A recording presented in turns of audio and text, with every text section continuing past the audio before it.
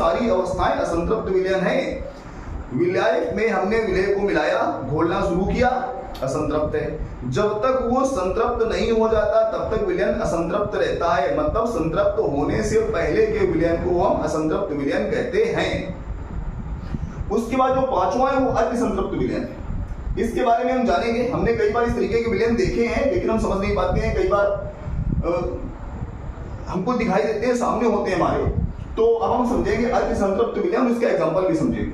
अति संतृप्त विलयन वो विलयन होता है जिसमें विलेय की मात्रा विलायक के अनुसार बहुत ज्यादा मिलाई जाती है और उसको घोल दिया जाता है टेम्परेचर को बढ़ाकर, तापमान बढ़ा दिया जाता है।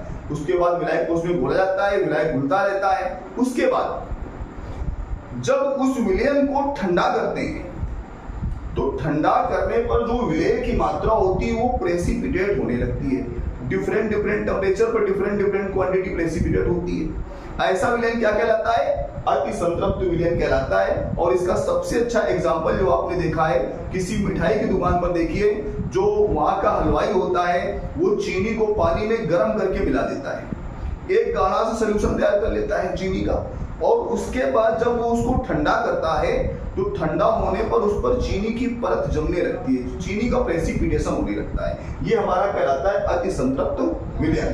तो उम्मीद करते हैं आपको विलयन, ये विलय की मात्रा के आधार पर जो 5 प्रकार के विलयन होते हैं ये आपको समझ में आए होंगे।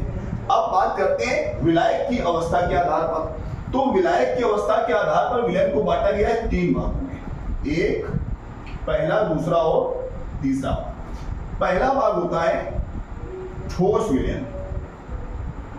क्या भाग होता है? ठोस विलयन। दूसरा होता है द्रव विलयन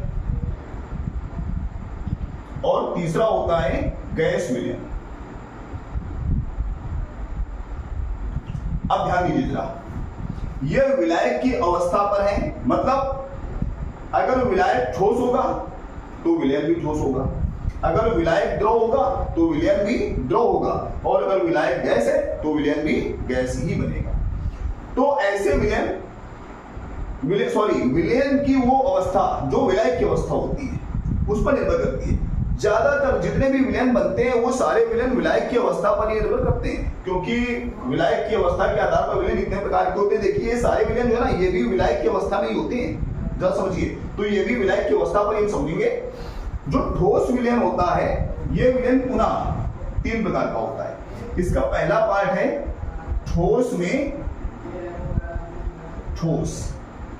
इसका मतलब ये है कि जब विलायक ठोस हो और